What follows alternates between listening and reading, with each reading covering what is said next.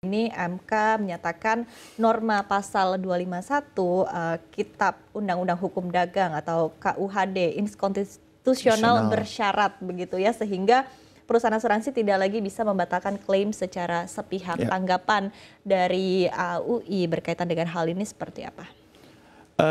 Terima kasih. Yang pertama kita hormati ya keputusan Mahkamah Konstitusi yang menyatakan norma pasal 251 Kitab Undang-Undang Hukum Dagang itu inkonstitusional bersyarat ya. Kita hormati keputusan itu. Memang akibat dari amar keputusan ini kami di Asosiasi Asuransi Umum segera melakukan evaluasi. Evaluasi tentunya terhadap apa? Ya terhadap polis-polis yang ada saat ini yang masih beredar ataupun yang akan diterbitkan.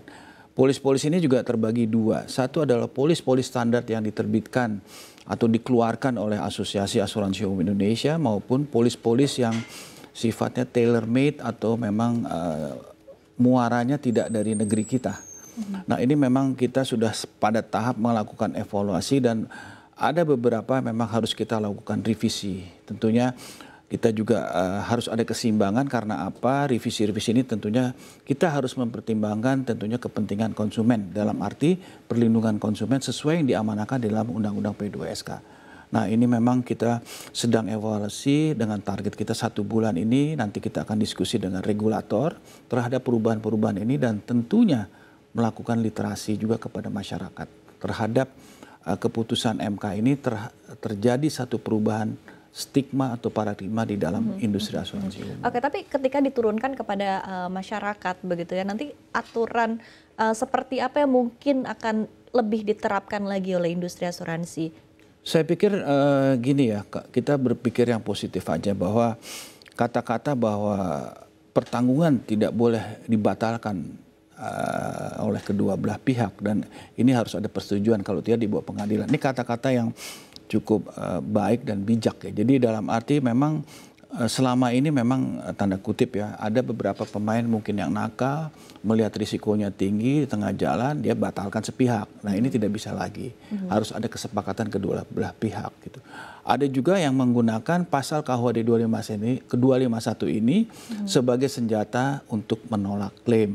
Tapi alhamdulillah kalau di tempat saya di asuransi umum mungkin ada tapi tidak mutlak di dalam arti menggunakan pasal K251 Kitab Undang-Undang Hukum Dagang. Gitu. Oke baik, tapi dari AAUI sendiri begitu ya melihat berkaitan dengan hal ini atau masukan yang ingin disampaikan karena balik lagi begitu OJK juga kan menyebutkan ada kajian ke depannya untuk merilis peraturan tambahan setelah mendapatkan rekomendasi ya dari pelaku industri hingga asosiasi sehingga artinya pendapat dari pelaku industri ataupun juga asosiasi akan didengarkan oleh OJK begitu. Tanggapan ataupun hal yang mungkin bisa disampaikan oleh asosiasi saat ini seperti itu. Ya, jadi begini tadi sudah saya sampaikan bahwa kita melakukan evaluasi polis ya, baik polis standar maupun polis non standar.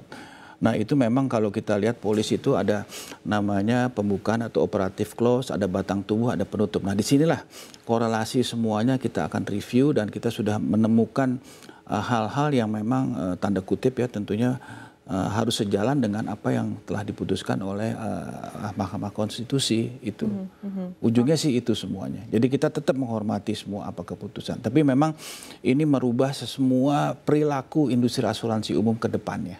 Oke, baik. Nah, berkaitan dengan klaim begitu ya, sebetulnya apa yang perlu dicermati oleh para pemegang polis ke depannya begitu agar tidak mendapatkan penolakan saat mengajukan klaim. Mungkin ini sudah disampaikan tapi perlu di-refresh lagi, perlu di-remind lagi kepada masyarakat atau para pemegang polis. Ya, memang benar sih kalau saya sampaikan bahwa masyarakat itu kadang-kadang memang begitu menerima polis tidak dibaca. Ya, jadi kalau di bank kan tuh adalah kita minta ada permohonan penutupan deposito misalnya, permohonan penutupan tabungan misalnya, itu kan ditandatanganin semua. Jadi kedua belah pihak sepakat di awal. Nah di kita kan tidak. Nah ini yang kita coba evaluasi. Kita saat ini ada hanya SPPA, surat permintaan permohonan asuransi, penutupan asuransi. Nah ini akan kita evaluasi. Sifatnya mungkin akan menjadi seperti surat atau permohonan penutupan asuransi permohonan. Jadi dari awal kita memberikan edukasi. Anda membeli polis ini yang dijamin adalah ABCD, perilsnya adalah ABCD. Yang tidak dijamin adalah EFG. Jadi mereka di awal sudah fully aware gitu. Jadi tidak terjadi lagi bila terjadi klaim merasa dibohongin. Loh, saya udah bayar premi karena di dalam polis kan dengan sejumlah kita membayar premi, apabila terjadi klaim akan dibayar. Nah, teman ini kan konotasinya bisa luas gitu. Nah, ini memang yang dianggap bahwa ini ada kesepihakan di industri asuransi tanpa memikirkan adanya perlindungan konsumen sesuai yang diamanahkan di dalam Undang-Undang P2SK. Oke, dan ini berlaku untuk seluruh produk dari asuransi umum? Umum, ya betul. Yang jiwa mungkin berbeda lagi ya, saya pikir sama gitu. Oke, baik. Nah, kalau kita lihat juga begitu ya dari khusus untuk perusahaan asuransi umum begitu, bagaimana cara yang mungkin akurat dan juga legal begitu untuk bisa menolak atau membatalkan klaim yang dinilai tidak sesuai dengan ketentuan dari polis? Gini, kalau saya melihatnya, kalau polis ya secara utuh memang menjamin, ya tetap harus dibayar. Biasanya dispute-nya itu karena ada ketidakpahaman dan ada sesuatu yang memang tanda kutip ya, nilai jaminan atau nilai yang dipertanggungan tidak sesuai. Gitu. Biasanya di situ aja kok. Dan kita punya lembaga alternatif penyelesaian sengketa jasa keuangan. Di situ adalah kita bisa duduk sama-sama, kita cari jalan keluarnya. Kalau tidak bisa, masih ada Badan Arbitrase Nasional, baru ke pengadilan. Tapi itu semua kita hindarin sih gitu. Oke, baik. Nah, berkaitan dengan hal ini begitu, mungkin polis-polis yang lama, apakah artinya perlu direvisi lagi lebih lanjut begitu? Betul, karena amar keputusan Mahkamah Konstitusi itu tidak berlaku tapi jadi berlaku yang masih. Kalau dibawa pengadilan, ini sudah ada. Dasar hukumnya adalah amar keputusan MK. MK itu adalah yang paling tinggi. Karena undang-undang sudah di rewrite istilahnya oleh keputusan Mahkamah Konstitusi. Secara teknis nanti perubahan polisnya akan seperti apa? Apakah nanti akan berpengaruh juga begitu kepada industri? Mungkin dalam 1-2 tahun ada penyesuaian? Dalam waktu dekat, saya pikir 1 bulan ke depan kita kerja keras ya. Polis yang beredar nanti kita juga akan melakukan evaluasi, kita lakukan endorsement terhadap polis yang baru pun kita terbitkan polis yang baru, tentunya harus ada sosialisasi ya. Kami pun akan laporkan ini semua ke regulator sebagai perubahan mass product karena memang ada keputusan MK. Jadi tidak individu perusahaan-perusahaan mengajukan lagi gitu. Dan perubahan ini akan langsung berlaku begitu sejak diinformasikan kepada pemegang polis. Betul. Karena bunyi di dalam keputusan itu kan seperti itu.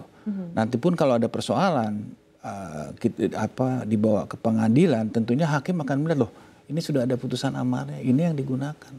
Bukan Undang-Undang KUHD 251 lagi.